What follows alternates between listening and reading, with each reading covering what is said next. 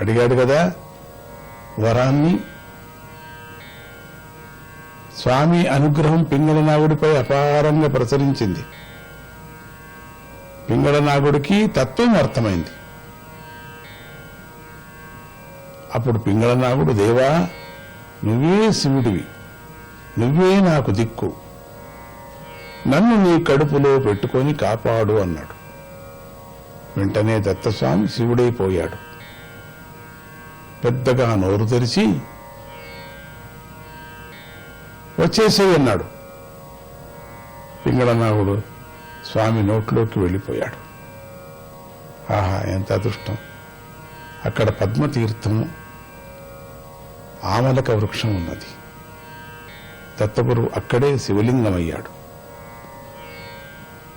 పింగళనాగుణ్ణి కడుపులో పెట్టుకున్న ఆ శివలింగాన్ని ఆరాధించిన వారికి మరు జన్మ ఉండదు అని వరమిచ్చాడు. దత్తగురువు తన శిష్యులను అణిమాది సిద్ధులతో అనుగ్రహిస్తాడు. వేద పురుషుడుగా ఆశీర్వదిస్తాడు.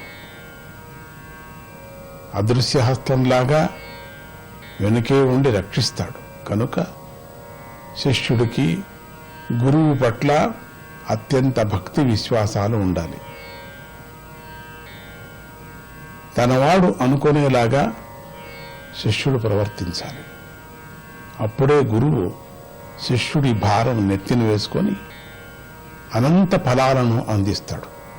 దృగ్దృశ్య ద్రష్టృరూపాయ నిష్పన్న నిజ రూపిణే అపారాయ ద్వితీయాయ శివాయ గురవే నమః.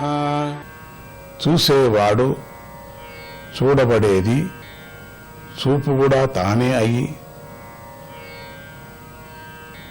స్వస్వరూపంలో నిలిచి ఉన్నవాడు, హద్దులు లేనివాడు, అద్వితీయుడు, శివుడు అయిన సద్గురువుకు నమస్కారము.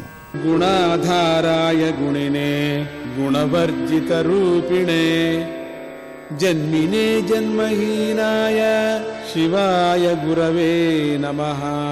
గుణాలకు ఆధారమైనవాడు, గుణముల గలవాడు, గుణరహిత స్వరూపుడు అంటే ఆత్మరూపంగా జన్మ ఎత్తినవాడు, అంటే జీవరూపంగా జన్మ రహితుడు శివుడు అయిన గురువునకు నమస్కారము.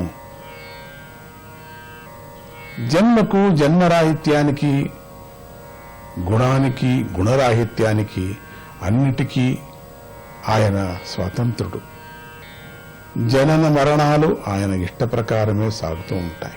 అనాద్యాయ అఖిలాద్యాయ మాయినే గతమాయినే అరూపాయ స్వరూపాయ శివాయ గురవే నమః.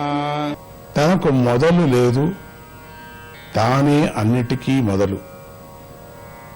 మాయ తన ఆధీనంలో ఉంది. తనకు మాయ లేదు, తనకు రూపం లేదు.